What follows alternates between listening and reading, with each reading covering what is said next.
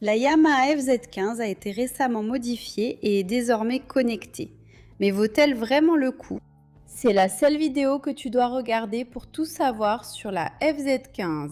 BABS Connected 2026, caractéristiques techniques, performance en ville et sur route, vitesse maximale, consommation, prix de l'assurance, coût des révisions.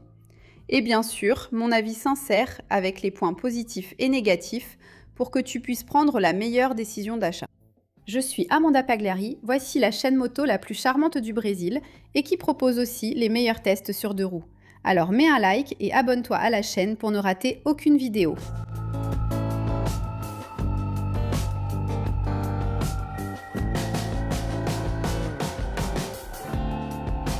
La FZ15 de Yamaha est une moto d'entrée de gamme, donc oui, elle est recommandée pour les débutants, mais pour ceux qui recherchent quelque chose de différent, et pas tellement axé sur l'économie ou comme simple moyen de transport.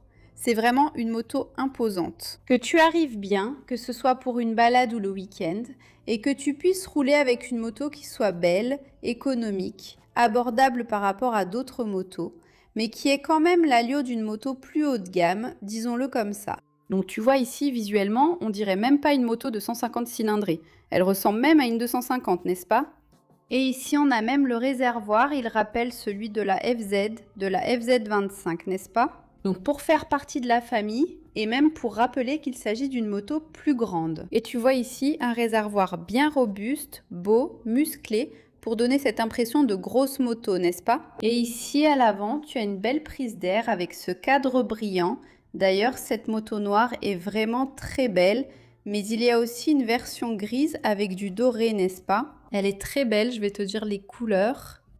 Mais un détail intéressant de ce réservoir, c'est qu'il est modulaire en 3 parties, c'est-à-dire, comme sur la FZ25, si tu fais tomber la moto sur le côté, tu n'as pas besoin de changer tout le réservoir, seulement la partie endommagée, ce qui te permet de faire des économies. Ici à l'arrière, tu as une poignée passager en aluminium, dans la couleur foncée de la moto, très jolie à mon avis. C'est vraiment sympa et on a aussi toute cette partie ici, tu vois, du moteur assombrie, le cache. Et elle a maintenant, en 2024, tu sais, quand il y a eu ce changement récent chez Yamaha, ce sabot moteur. Ce qui est sympa, c'est que ça donne un aspect plus raffiné à la FZ15. Ce n'est pas juste la sortie d'échappement laissée là, non. Avec ce sabot ici, cette pièce est en plastique, ça donne une meilleure finition et du coup la moto est encore plus belle.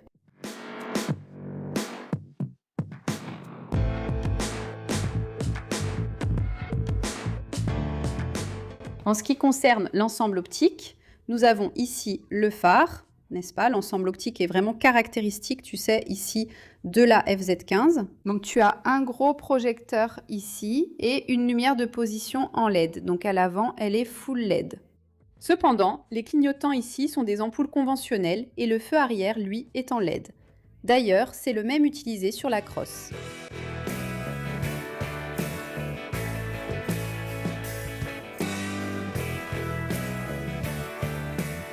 Si tu veux mettre un pop case sur ta FZ15 mais que tu ne veux pas compromettre le style de ta moto, mon conseil est d'installer le porte-bagages Fiber Force de Scan qui a une finition carbone très jolie, la poignée passager intégrée et déjà les trous pour installer le top case. Comme tu peux le voir à l'écran, l'installation est très facile, il s'adapte parfaitement à l'arrière de la FZ15 et lui donne un look très stylé. Il est important de préciser que ce porte-bagages est garanti à vie. Et ce qui est génial, c'est qu'il a été conçu pour accueillir des top cases des principales marques du marché, y compris ceux de Scan.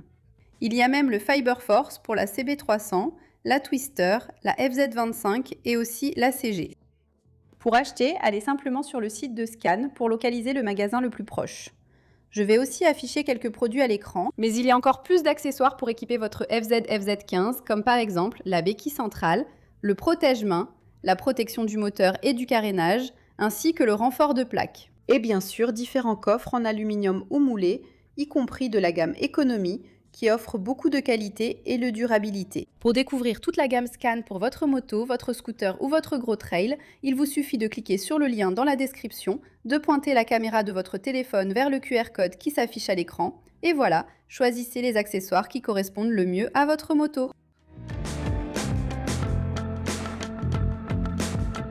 Et voilà, la selle de la FZ15 est assez large, avec une mousse plutôt confortable, d'un seul tenant, et elle a une texture particulière sur toute la selle, aussi bien pour le pilote que pour le passager. Je vais monter ici pour que vous puissiez voir, il y a 79 cm entre la selle et le sol. Quand je fais 1,77 m, j'arrive à poser les pieds au sol très facilement. Il y a encore de la marge ici pour Mandigna. Le repose-pied est un peu plus en arrière, n'est-ce pas? Pour donner une position plus typée roadster, n'est-ce pas? C'est-à-dire plus douce, plus sportive, mais ce n'est pas si plié que ça. Je vais vous raconter mon expérience en roulant, vous verrez en direct. L'ajustement des jambes est déjà très bon. Ce design ici du carénage est vraiment sympa, tu peux bien caler tes jambes ici, et vraiment quand tu t'assois dessus, tu as l'impression qu'il s'agit d'une grosse moto. Donc ça c'est vraiment chouette, parce qu'elle a un prix un peu plus accessible que d'autres modèles, même chez Yamaha, mais ici tu te sens vraiment sur une moto plus costaude, plus robuste. Les rétroviseurs offrent une bonne visibilité ici, n'est-ce pas? Avec ce design en forme de pointe de lance et une position de conduite qui est assez confortable. Le repose-pied du passager est en aluminium rétractable, d'accord? Il n'a aucun type de finition, alors que celui du pilote a une finition en caoutchouc. C'est une moto compacte et très légère. Au total, elle pèse 136 kg en ordre de marche, c'est-à-dire en tenant compte de tous les liquides. Et le réservoir de carburant a une capacité de 11,9 litres d'essence ou d'éthanol, car elle roule aussi bien à l'essence qu'à l'éthanol.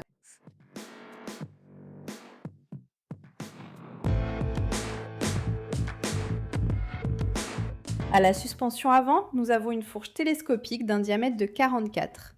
Elle est très robuste et a un débattement total de 130. Et à l'arrière, un seul ressort, avec un débattement de 120 et 7 niveaux de réglage de la précharge du ressort.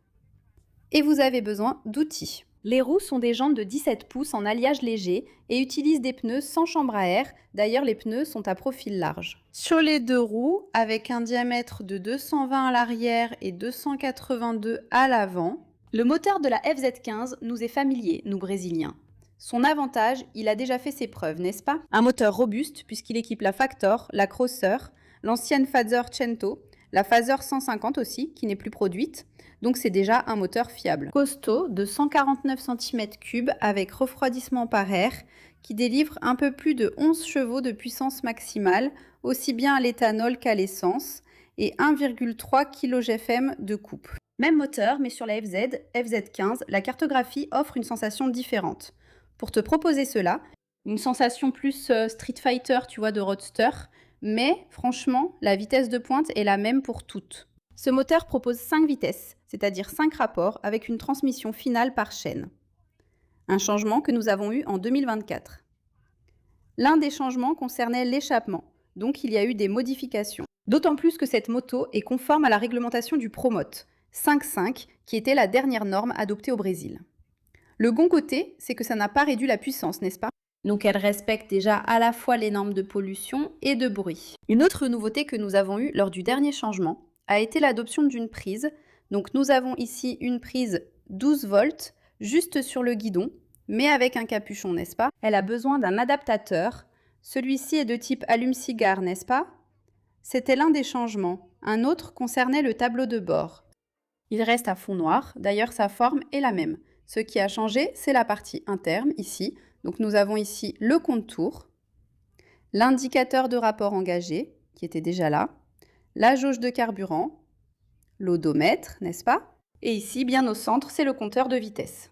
Pour manipuler le tableau de bord, c'est directement ici sur le petit bouton. Donc vous appuyez ici et vous verrez trip 1, trip 2, l'horloge et l'odomètre total. Voici uniquement ces informations, sans la tension de la batterie ni la consommation moyenne, donc c'est un tableau de bord assez simple. Qu'est-ce qui a changé maintenant?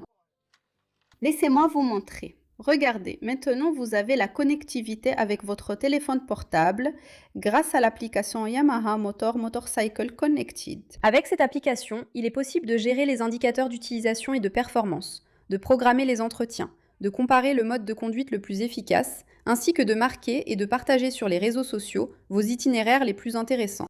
Ce qui est génial, c'est que le tableau de bord indique lorsque vous recevez des messages ou des appels et il surveille la batterie de votre téléphone.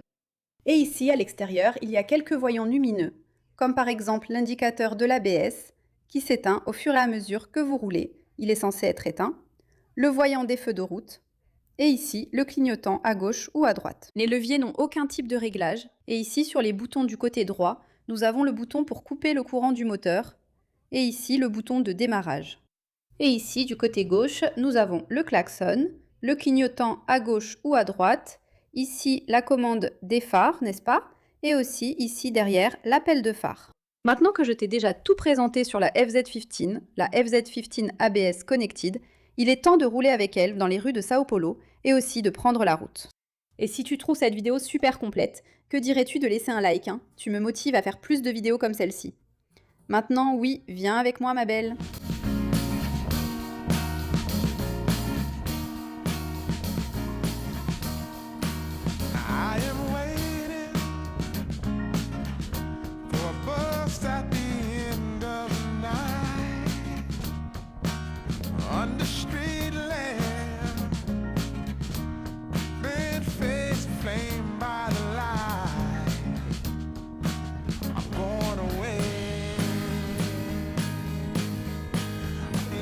Ici, c'est l'habitat naturel de la FZ15. Circulation, ville, elle est vraiment urbaine. Une moto pour circuler en ville, avec beaucoup d'agilité et d'économie.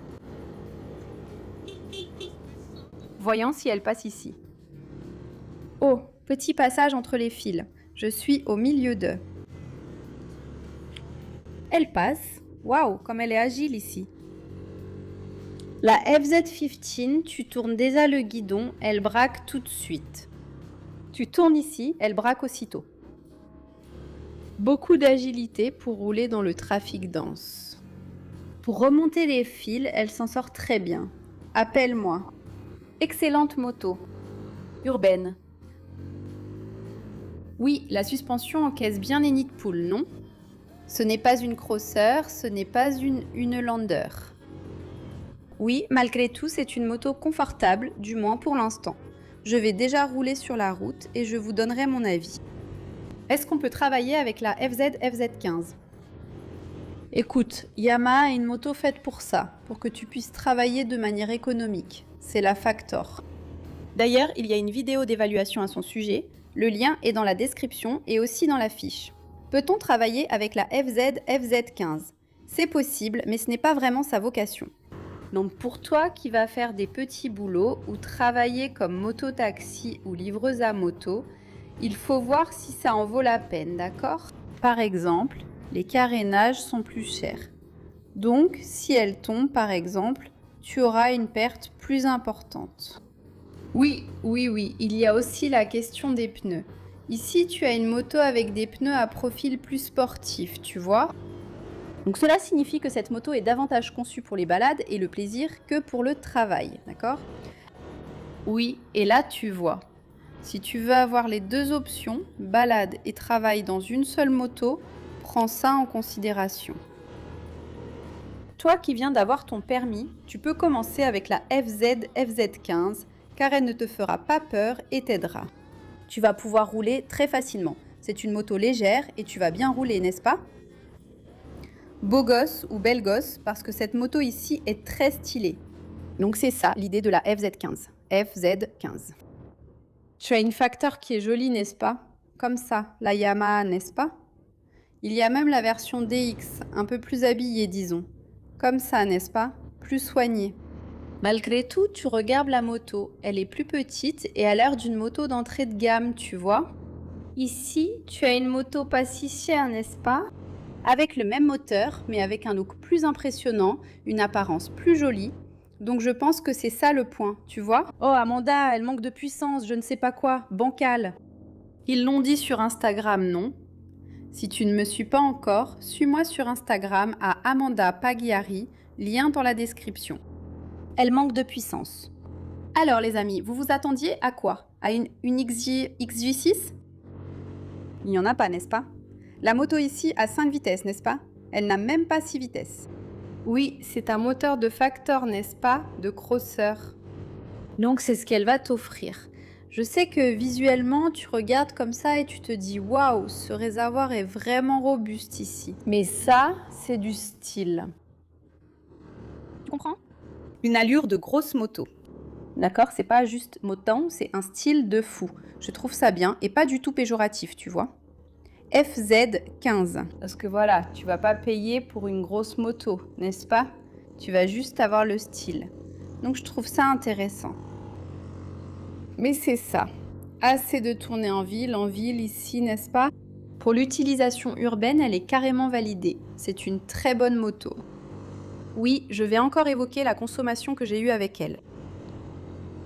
Et aussi, le montant de l'assurance est important. Mais la moto en ville s'en sort très bien. Maintenant, allons voir comment elle s'en sort sur la route. La FZ-FZ15 sur la route, c'est ce fameux doucement mais sûrement. Il n'y a pas de secret, surtout maintenant en montée. Il faut vraiment y aller doucement. Oui, oui. Ça ne sert à rien les amis. La puissance de la FZ15. Ça n'atteint même pas 12 chevaux, hein, le moteur, en parlant de chevaux. Regarde, un cheval avance plus vite que cette moto-là. Il n'y a rien à faire, les amis. C'est une moto faite pour rouler en ville. Et en interfile, elle s'en sort bien. Mais ici, sur la route, elle souffre. Seulement 5 vitesses. Oui, le moteur hurle, mais c'est comme ça. N'attendez pas de vitesse de pointe. N'attendez pas de grande performance de cette moto. Elle n'a vraiment que le look de la FZ25. 116. 116. Est-ce qu'elle va atteindre 120? Eh bien, je pense que non, hein, je pense que non. Mais c'est déjà bien. Vitesse de croisière, 80, 90 et quelques. 100 si tu es en descente. Donc voilà, ici sur la route, je vous préviens déjà que ce n'est pas une moto idéale pour prendre la route, d'accord? Pour partir, d'accord? Ici, c'est pour les adultes. Hein, tu peux aller d'une ville à l'autre, je ne sais pas, tu habites à Guarulhos, travailles à São Paulo, ou l'inverse, enfin. Tu peux aller d'une ville à l'autre, mais sache que tu vas un peu galérer sur la route, d'accord? D'accord, d'accord. Si tu veux acheter pour rouler, surtout accompagné, alors ce n'est pas cette moto ici. Ce n'est pas ce pourquoi elle est faite, d'accord?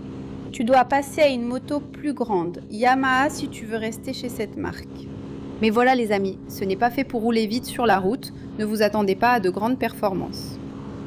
Passons maintenant aux points positifs et négatifs pour conclure la vidéo.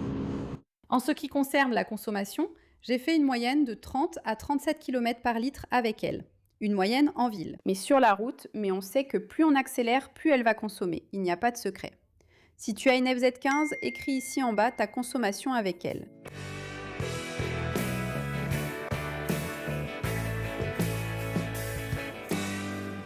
Le prix de son assurance m'a surprise. Je l'ai prise, bien sûr, chez le courtier Protec, qui propose l'assurance la moins chère du Brésil. Pourquoi, les amis? Parce qu'ils sont 100% digitaux et utilisent aussi l'intelligence artificielle pour faire tout le travail. Du coup, ils ont moins d'employés, moins de dépenses et peuvent te donner plus de réductions. Ils collaborent avec les meilleures compagnies d'assurance agréées SUSEP, donc tu peux avoir confiance, ce n'est pas de la protection auto. J'ai fait ici une simulation d'assurance pour un homme, j'ai pris l'âge de 41 ans et utilisé le code postal de Mogi das Cruzes, où j'habite en ce moment. Plusieurs options d'assurance sont sorties ici. Si tu as un doute sur la meilleure option, il suffit de cliquer sur le bouton WhatsApp et de parler avec l'équipe de Protec. Eh bien, les amis, l'assurance la moins chère est à RP 928 déjà avec mon code promo, le lien dans la description ou le QR code, qui inclut déjà la réduction, vous paierez RP 702,80. Ce montant est annuel, payable en 12 fois. Tu as une indemnisation totale FIP et une assistance 24 heures sur 24 avec dépanneuse, c'est sympa. Tu veux l'assurance la plus complète? La voici. Elle couvre vol et vol avec violence. Perte totale par collision, aussi les dommages à des tiers. Le montant est annuel, déjà avec ma remise RP 1262. Tu peux payer en plusieurs fois, c'est très bien. Ça peut coûter plus ou moins cher selon ton profil, mais l'essentiel est de le faire chez Protec. Tu sais pourquoi? Ils proposent l'assurance la moins chère du Brésil. Le lien est en description ou via le QR code à l'écran. Scanne, fais un devis sans engagement et découvre le prix adapté à ton profil, sans paperasse. Clique, demande, signe. Au revoir. Je vais évoquer les points positifs et négatifs de la FZ15 selon moi. Le principal atout est son économie. Je l'ai trouvée très économique, aussi bien en termes de carburant que de pièces et tout le reste, n'est-ce pas? Ce qui est sympa, c'est que tu as la révision à prix fixe. Je vais te montrer combien ça coûte. Une autre chose agréable, c'est le design. C'est une moto robuste qui a de la prestance, tu fais bonne impression avec, n'est-ce pas? Au quotidien, tu peux te balader avec, donc c'est certainement un point positif. Ça complète l'aspect économique. Le réservoir modulaire en 2 parties est robuste, joli et, en cas de chute, inutile de tout remplacer. Très sympa. Au revoir! La facilité de pilotage est un point positif. Elle est très bonne pour les débutants, donc tu peux y aller, si tu débutes dans le monde des 2 roues. La partie cycle est aussi un autre atout, un point positif pour rouler en ville. Et le confort, vraiment, c'est très confortable. Les pneus larges sont un point positif, ils apportent plus de stabilité. Autre point positif, le tableau de bord possède un indicateur de rapport, ce qui est intéressant. Il n'est pas très complet, mais au moins il a cet indicateur, contrairement à d'autres. Oui, et aussi avec la connectivité, c'est un autre point positif. Ce n'est pas une connectivité ultra poussée avec navigation virage par virage, mais c'est mieux que rien, vous avez l'application, donc c'est un point positif. Une autre chose positive, surtout pour ceux qui vont rouler tous les jours, c'est la question de la suspension. Donc c'est une moto confortable et la suspension est très bonne. Même si ce n'est pas une crosser, vous pouvez affronter les nids de poules et les irrégularités de la route sans trop de difficultés. Une autre chose positive, ce sont les freins. J'ai trouvé qu'elles freinent bien. La prise, c'est un point positif. J'en avais parlé, n'est-ce pas, dans la vidéo que j'ai faite sur la FZ15, la version précédente de 2024, qu'il manquait une prise. Ce n'est pas la prise idéale, mais ils en ont mis une ici. C'est mieux que rien, donc c'est un point positif. Enfin, elle propose aussi des révisions à prix fixe. Comme vous le voyez à l'écran, vous savez déjà le montant à dépenser avant l'achat.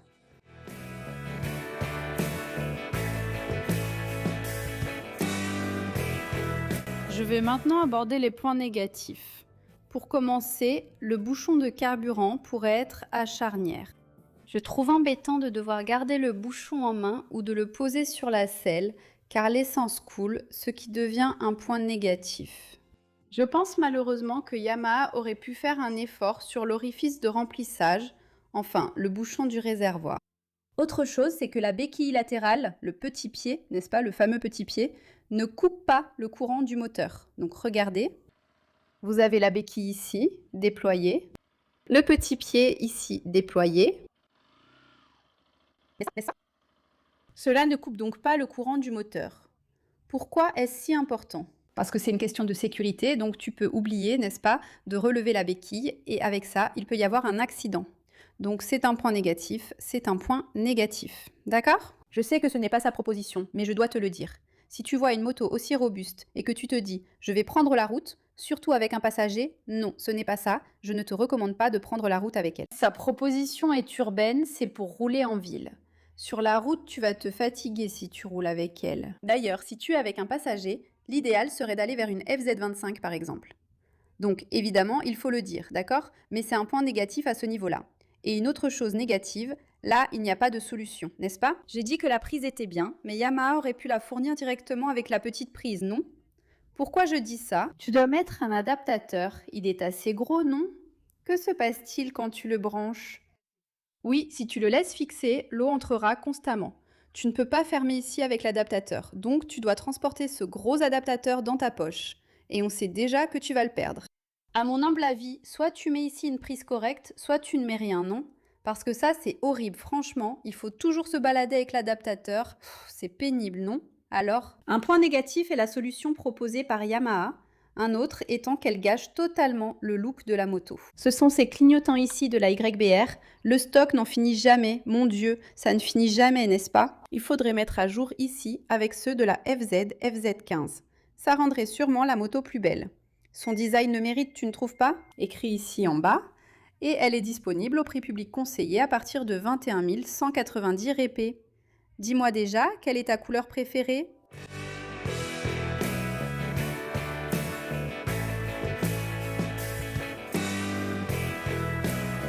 N'oublie pas qu'à Nakar, tu peux acheter ta FZ, FZ15 ou n'importe quelle autre moto Yamaha avec les meilleures conditions du Brésil.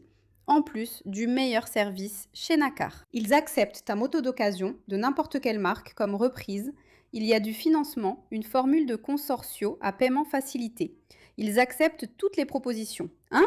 Dis que tu viens de la chaîne Motoplay, tu auras une attention particulière. Ne finalise pas l'achat de ta Yamaha sans parler d'abord avec Nacar. C'est très facile, il suffit de cliquer sur le lien dans la description ou de prendre ce numéro qui s'affiche à l'écran et de leur envoyer un message. Ou encore plus facile, il suffit de scanner le QR code avec ton téléphone, de le pointer vers l'écran et c'est tout.